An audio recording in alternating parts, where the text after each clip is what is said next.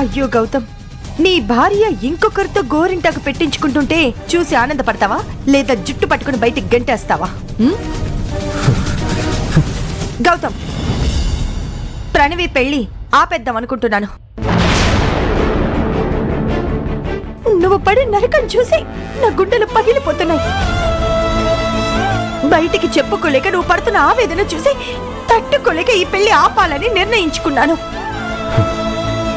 అత్తయ్య, మీరిలా చేయడానికి వీల్లేదు.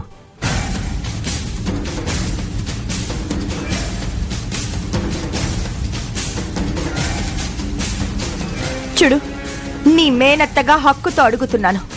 ఎందుకు ఇలా తప్పు చేస్తున్నావని మిథునని లాగి పెట్టి కొడతావా లేదా?